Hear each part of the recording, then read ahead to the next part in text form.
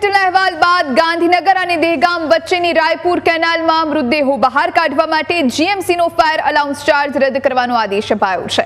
ત્યારે કેનાલમાં જીવ ગુમાવનાર વ્યક્તિના ભાઈ પંકજ પટેલે ન્યૂઝ કેપિટલનો આભાર વ્યક્ત કર્યો। ન્યૂઝ કેપિટલે સતત અહેવાલ દર્શાવી જનતાના પ્રશ્નોને વાચા આપતા પંકજભાઈએ ન્યૂઝ કેપિટલનો આભાર વ્યક્ત કર્યો।